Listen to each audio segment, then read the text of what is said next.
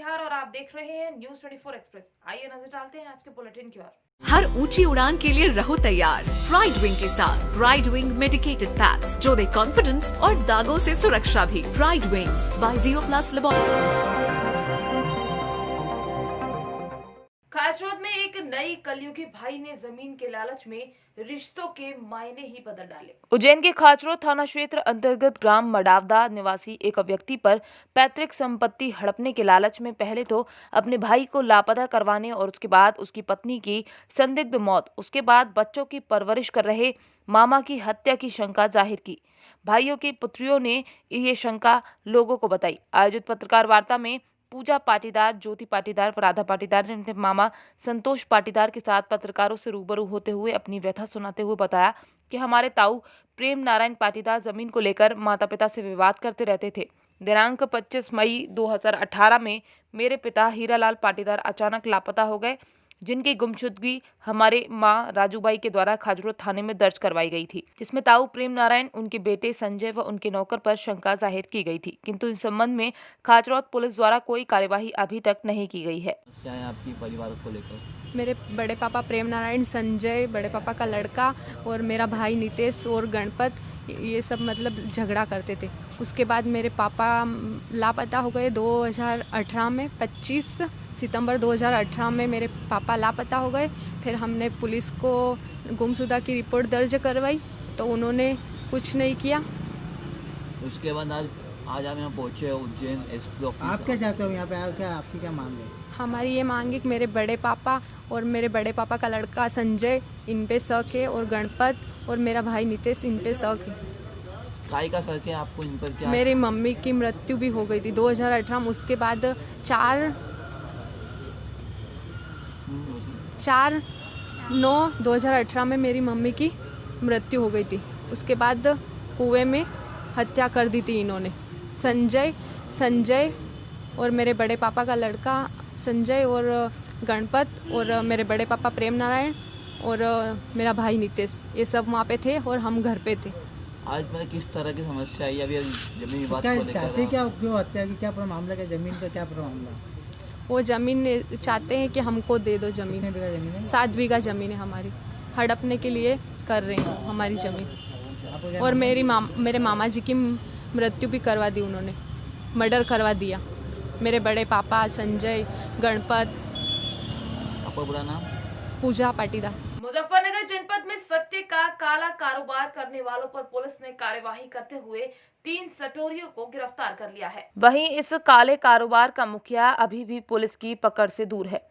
Social media पर सट्टे का कारोबार करते हुए सटोरियों का वीडियो वायरल होने के बाद पुलिस ने कार्यवाही की है। दरअसल पूरा मामला मुजफ्फरनगर जनपद के थाना तितावी क्षेत्र के गांव अमीर नगर का है, जहां पर सट्टे का काला कारोबार करते हुए सटोरियों को सोशल मीडिया पर वीडियो वायरल हुई थी, जिसके बाद हरकत में आई पुलिस ने कार्यवाही करते हुए 3 सटोरिये सचिन पुत्र सतपाल, मिंकू पुत्र सुशील, जीराम पुत्र हरदास निवासी अमीर नगर को गिरफ्तार किया था। पुलिस ने उनके पास से सट्टा पर्ची व नकदी भी बरामद की है।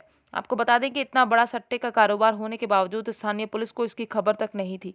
यही नहीं, पुलिस की पकड़ में अभी भी सट्टे के कारोबार का मेन सरगना सुनील पुलिस की पकड़ से अभी भी दूर है, जिसका ऑडियो भी वायरल हो चुका है। पूरे मामले से क्षेत्र में चर्चा जोरों पर है। ग्वालियर के जया रोग अस्पताल के सुपर स्पेशलिटी अस्पताल के 3rd फ्लोर पर शनिवार की दोपहर भीषण आग लग गई। बताया जाता है कि आग आईसीयू में लगी है, जहां पर कोरोना के करीब 10 मरीज भर्ती हैं।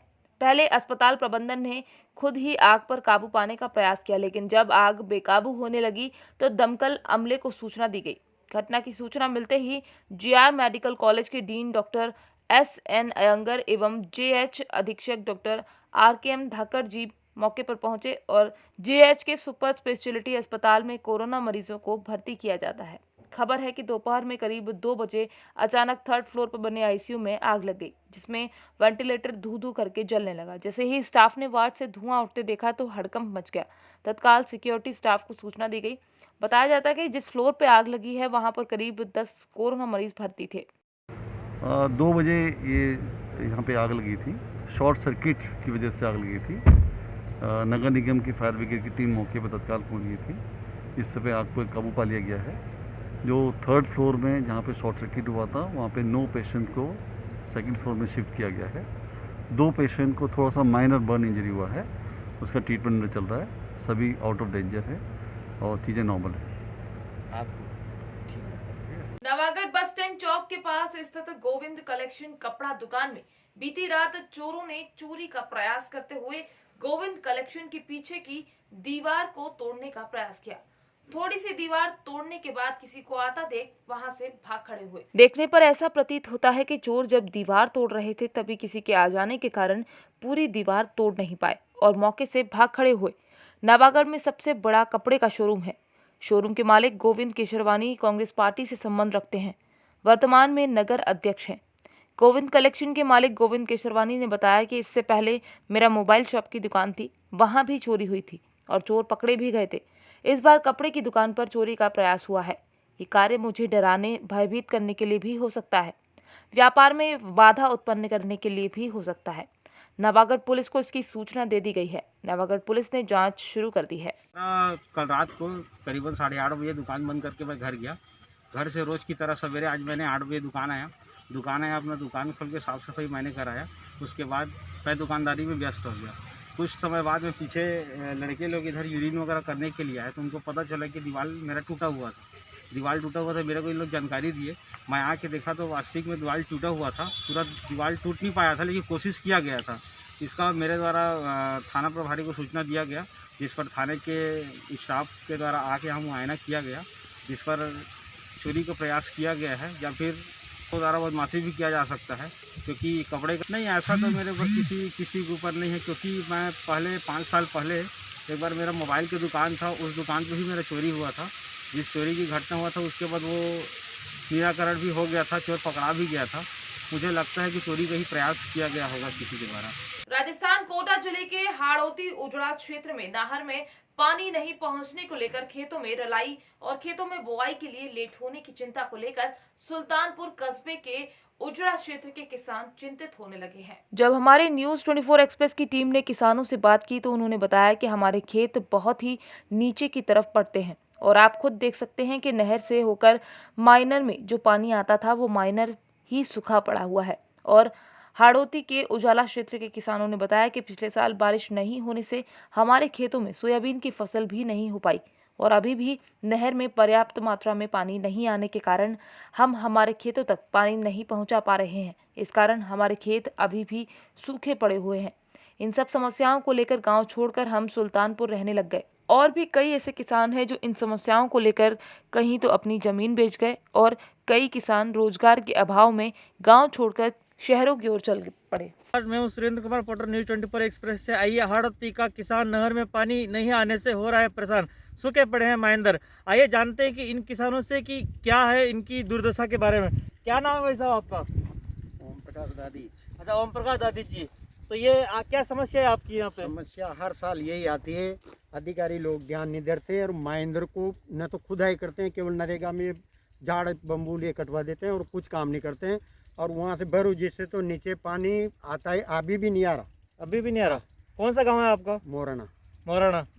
तो मतलब ये समस्या है, खतरनाक समस्या है साहब। और पहली भी फसल नहीं हुई, यहाँ तो सोयाबीन भी नहीं हुई बिल्कुल भी। सोयाबीन भी नहीं हो पाई? नहीं हुई जी, पूरे एरिया में, पूरे गाँव में बरसात ही नहीं हुई यहाँ, तो सूखे पड़े हैं ये सब के। सूखे पड़े हैं। दूसरी बात कि इसके कारण और कमाई का आसपास कोई साधन, एक खेती तो है से इसके किसानों के लिए व्यवसाय करने के लिए साधन है। गांव छोड़ के हम भी सुल्तानपुर रहने लगे। अच्छा, गांव छोड़ के लोग प्लान कर रहे हैं। मतलब खेती भी नहीं हो पा रही और कमाई का कोई साधन नहीं, इसलिए लोग गांव छोड़ के जा रहे हैं। ठीक है भाई साहब, क्या नाम है आपका? मुकेश जी। मुकेश जी, यहाँ पे कमाई का क्या साधन है और खेती वगैरह बढ़िया हो रही है? नहीं हो रही, नहीं हो पा रही है। पानी नहीं आता, खेती क्या होगी? पानी नहीं आता?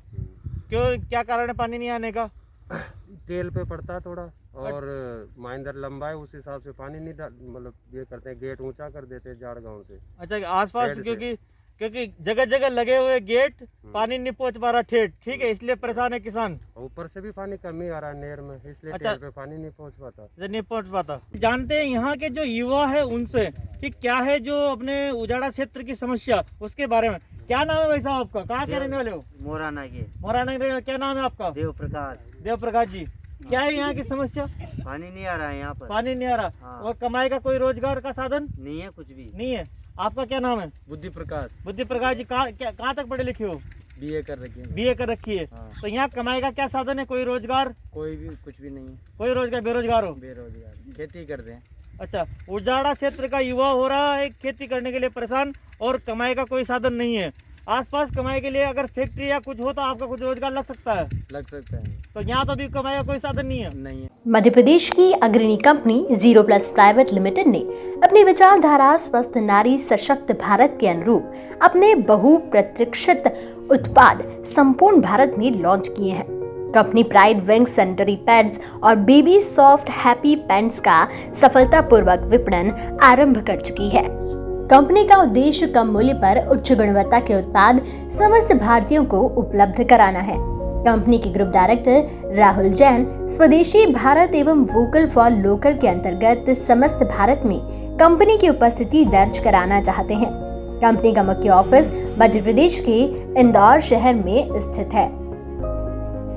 कोटपुतली कस्बे के राष्ट्रीय राजमार्ग स्थित खटाना मार्केट में कृष्ण खटाना के नेतृत्व में हाल ही में नव निर्वाचित हुई जयपुर नगर निगम हेरिटेज मेयर मुनीश गुर्जर का भव्य स्वागत किया गया। इस अवसर पर राज्य मंत्री राजेंद्र सिंह यादव, सावंत गुर्जर पुत्र, छात्र संघ अध्यक्ष पूर्णमल भरगढ़, गोपालपुरा सरपंच सूबेदार जय सिंह रावत, शंकर लाल कसाना, सतवीर पायला, शीशराम सरपंच मोलाहेड़ा, गोनेड़ा सरपंच देवेंद्र रावत, राजू खटाना, मुकेश खटाना, करण रावत, रामेश्वर रावत, धर्मवीर कुमावत सहित अन्य गणमान्य लोगों ने पुष्प गुच्छ भेंट कर बधाई दी। वहीं कृष्ण खटाना ने शॉल उड़ाकर स्वागत किया। वहीं मेयर पद के लिए निर्वाचित होने पर कस्बे वासियों ने बधाई एवं शुभकामनाएं दी। आज रानीपुर में बुंदेलखंड राज्य बनाने के लिए हिंदू सत्यनाथ समाज सेवी ने आज बताया कि हम लोगों ने जगह जगह जाकर लोगों को जागरूक करने का काम किया है। बुंदेलखंड राज्य बनाने के लिए लोगों से कह रहे हैं कि हमारा सहयोग करें और जो भी बुंदेलखंड में समस्याएं हैं उसके लिए एकजुट होकर लड़ने। आज हमारे प्रतिनिधि हम लोगों को गुमराह करके हमारे वोट लेकर बड़ी बड़ी बातें कहते चले जाते हैं और हम लोगों की कोई भी समस्या कभी समाप्त नहीं होती। ना ये समाज सेवी लोग हमारी समस्या दूर करते हैं, केवल जुमलेबाजी करके चले जाते हैं। ये पीड़ा हमारी ही नहीं, पूरे बुंदेलखंड वासियों की पीड़ा है।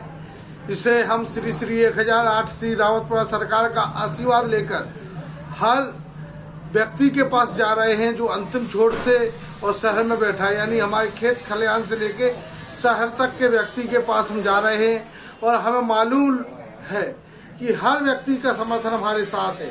बुंदेलखंड की पीड़ा किसी एक व्यक्ति की नहीं है, एक पार्टी की नहीं है, एक संगठन की नहीं है। बुंदेलखंड में निवासरत समस्त लोगों की पीड़ा है। यहाँ पर रोजगार की समस्या है, यहाँ पर नहरों के पानी की समस्या है, यहाँ पर ऐसी अनेक समस्याएं हैं जिन्हें राज्य बनने के बाद दूर किया जा सकता है। किसान बुंदेलखंड में ज्यादा परेशान है, ऐसा क्यों हो रहा है? सरकारों की उदासीनता रही है। आज तक कोई भी सरकारें रही हैं, नहरों से पानी नहीं दिया गया। इतनी बढ़िया विशाल नदियां होने के बाद भी आज नहरें नहीं है। बुंदेलखंड का समूचा क्षेत्र असिंचित है। अगर सरकार चाहती तो नहरों का जाल बिछ जाता। इसी प्रकार न कंपनियां होने से युवाओं के पास रोजगार है। अगर यहाँ पर कंपनियां होती, कारखाने होते तो मजदूरों और युवाओं को कार्य मिलता। तो राजनेता केवल बड़ी बड़ी बातें करके केवल वोट के लिए आते हैं क्या बुंदेलखंड में? मैं कहता हूँ कि कोई भी पार्टी हो, सब जनता के विकास की बात नहीं, अपने विकास की बात कर रहे हैं। अगर जनता के विकास की बात करते तो बुंदेलखंड हमारा समृद्ध होता, लेकिन इसमें कहीं ना कहीं हम सब दोषी हैं। हमारे विकास की बात हम सबको उठानी चाहिए। जब तक बच्चा रोता नहीं है, जब तक माता दूध नहीं पिलाती है, तो बच्चे को रोना है। अब बच्चा रोने लगा है, जरूर सरकारें जागेगी और पृथक बुंदेलखंड राज बनेगा। तो इसमें व्यापार और लोगों का भी सहयोग बना आ रहा है आपके? जहाँ पर भी जा रहे हैं और उन्हें पृथक बुंदेलखंड राज के जब फायदे बताते हैं कि बुंदेलखंड राज बनने से बुंदेलखंड के युवाओं को रोजगार मिलेगा, किसान समृद्ध होगा, क्षेत्र में खुशहाली आएगी। तो माताएं, बहनें, युवा साथी, किसान भाई सब साथ आते हैं और अपार समर्थन मिलता है। तो सबका सहयोग मिल रहा है इसमें? सभी बुंदेलखंड वासियों का समर्थन है, चाहे वो कोई भी पार्टी से है। हमने देखा है कि सभी पार्टी के लोग हृदय से स्वागत करते हैं और साथ रहते हैं। दिल्ली में लगातार कोरोना वायरस के बढ़ते हुए आंकड़ों को देखते हुए जनपद शामली में स्वास्थ्य विभाग द्वारा दिल्ली से आने वाली यूपी रोडवेज की बसों में लगातार सैंपलिंग की जा रही है। स्वास्थ्य विभाग की एक टीम बढ़ते आंकड़ों को देखते हुए रोडवेज बस स्टैंड पर लगाई गई है, जो कि लगातार जांच कर रही है। आपको बता दें कि देश भर में कोरोना मरीजों की संख्या में लगातार इजाफा हो रहा है और दिल्ली में लगातार कोरोना मरीजों की संख्या बढ़ रही है। बीते दिनों की बात करें तो दिल्ली में रिकॉर्ड तोड़ कोरोना के मामले सामने आए थे, जिसको देखते हुए शामली स्वास्थ्य विभाग अलर्ट मोड पर है। स्वास्थ्य विभाग की एक टीम लगातार दिल्ली से शामली आने वाले यूपी की रोडवेज बसों में लगातार सैंपलिंग कर रही है। शामली में स्वास्थ्य विभाग कोरोना वायरस के लिए निरंतर लड़ाई लड़ रहा है और किसी तरह की कोई कसर छोड़ना नहीं चाहता। शामली की अगर बात करें तो शामली में कोरोना वायरस मरीजों का आंकड़ा 60 से नीचे पहुंच गया है, लेकिन अब शामली में मरीजों की संख्या 160 पहुंच गई है। जिस हिसाब से लगातार मौसम में सर्दी के कारण नमी बढ़ती जा रही है, उस हिसाब से कोरोना मरीजों की संख्या भी लगातार बढ़ रही है। आरोपियों के विरुद्ध पूर्व में 2 दर्जन से अधिक अपराध पंजीबद्ध है। अवैध मकानों को अतिक्रमण मुक्त किया गया। श्रीमान जिलाधीश उज्जैन श्री आशीष सिंह, पुलिस अधीक्षक श्री सतेंद्र कुमार शुक्ल के निर्देशन में अतिरिक्त दंडाधिकारी श्री नरेंद्र कुमार सूर्यवंशी एवं अतिरिक्त पुलिस अधीक्षक श्री अमरेंद्र सिंह के मार्गदर्शन में नगर निगम एवं राजस्व विभाग के साथ समन्वय स्थापित कर आदतन अपराधी एवं गुंडों के विरुद्ध अभियान प्रारंभ किया गया, जिसमें अब तक कई असामाजिक अपराधियों के द्वारा किए गए अवैध कब्जों को हटाया गया एवं शासकीय भूमि को मुक्त कराया गया। इसी क्रम में थाना महाकाल के अंतर्गत आने वाले अपराधी, जिसके विरुद्ध थाने में 27 अपराध पंजीबद्ध हैं, जो अपराध मारपीट, हत्या का प्रयास, अड़ीबाजी, जुआ एवं सट्टा के विभिन्न मामलों में भी दर्ज हैं। आरोपी द्वारा शासकीय नाले पर अवैध कब्जा कर मकान का निर्माण कर लिया गया था, जिसे अभियान के तहत अतिक्रमण मुक्त किया और हटाया गया। छात्र छात्राओं ने बीए शासकीय स्नातक महाविद्यालय टीकमगढ़ में एडमिशन न मिलने के कारण प्रदर्शन किया। छात्राओं ने कॉलेज परिसर में बैठकर अपनी मांगे पूरी करने के लिए कॉलेज प्रशासन हाय हाय के नारे लगाए। इस संबंध में कलेक्टर को भी एक आवेदन दिया गया। कलेक्टर के आश्वासन के बाद क्षेत्रीय विधायक ने भी आश्वासन दिया, आपकी मांग हम ऊपर उठाएंगे, लेकिन छात्र छात्राओं की नाराजगी कम नहीं हो रही है और उन्होंने कहा कि अगर हमारी मांगे पूरी नहीं हुई तो और प्रदर्शन करेंगे। प्रदर्शन करने वालों में महेंद्र सेन, राहुल रैकवार, अजय अहिरवार, विजय यादव, दिव्या झा, दीक्षा नामदेव, आकाश खरे, सपना सिंह गौर आदि छात्राओं ने अपनी मांग रखने के लिए प्रदर्शन किया। उनका आरोप है कि रजनी तिवारी व्याख्याता ने हमारी एक बात नहीं सुनी और हम लोगों को मजबूर होकर प्रदर्शन करना पड़ा। नाम बोलिए भैया। अभिषेक यादव। किस क्लास के छात्र थे आप? बीए फर्स्ट ईयर में एडमिशन चाहते हैं। कहाँ से आए थे आप? जसवंत नगर से। कितने बच्चे हैं आप? हम लोग 30 बच्चे हैं। तो आपका एडमिशन क्यों नहीं हो पाया? सर, वो हम लोग प्रिंसिपल से मिले थे। प्रिंसिपल ने ये बोला था 21 तारीख को आपका डिसीजन लिया जाएगा। कौन है प्रिंसिपल? AP चतुर्वेदी। फिर क्या बोला उन्होंने? सर, वे आज हमको मिले भी नहीं। जब हम लोग पहुँचे वहाँ पे तो वहाँ पे प्रिंसिपल नहीं थे। फिर हम लोगों ने सब लोगों ने निर्णय लिया कलेक्टर साहब के पास जाएं। फिर हम लोग वहाँ पे गए। वहाँ पे कलेक्टर साहब भी उस टाइम नहीं मिले। वापस हम आए और विधायक जी के घर पे गए। विधायक जी ने किया कि तुम जाओ और आपके साथ हमें, और आप कॉलेज जाओ, कॉलेज बात करेंगे हम भोपाल। उन्होंने कहा। फिर हम कॉलेज यहाँ स्कूल आए, कॉलेज आए। कॉलेज के बाद जब हम लोगों ने सर से बात की तो सर बोले आप कलेक्टर के पास जाइए, आपको वहीं से मतलब सीटें बढ़ाई जाएंगी। तो हम लोग कलेक्टर के पास गए। कलेक्टर ने आदेश दिया कि स्कूल जाओ, वो कॉलेज जाओ, आपको कॉलेज में एडमिशन मिलेगा, सीटें बढ़ेंगी, भोपाल से जानकारी आएगी और आपको सर लोग वहीं मिलेंगे। यहाँ पर आए तो ना कोई सर था, कोई ना मैडम थी, कोई भी यहाँ पर नहीं था। आज के बुलेटिन में फिलहाल इतना ही। बने रहिए न्यूज़ 24 एक्सप्रेस के साथ। नमस्कार।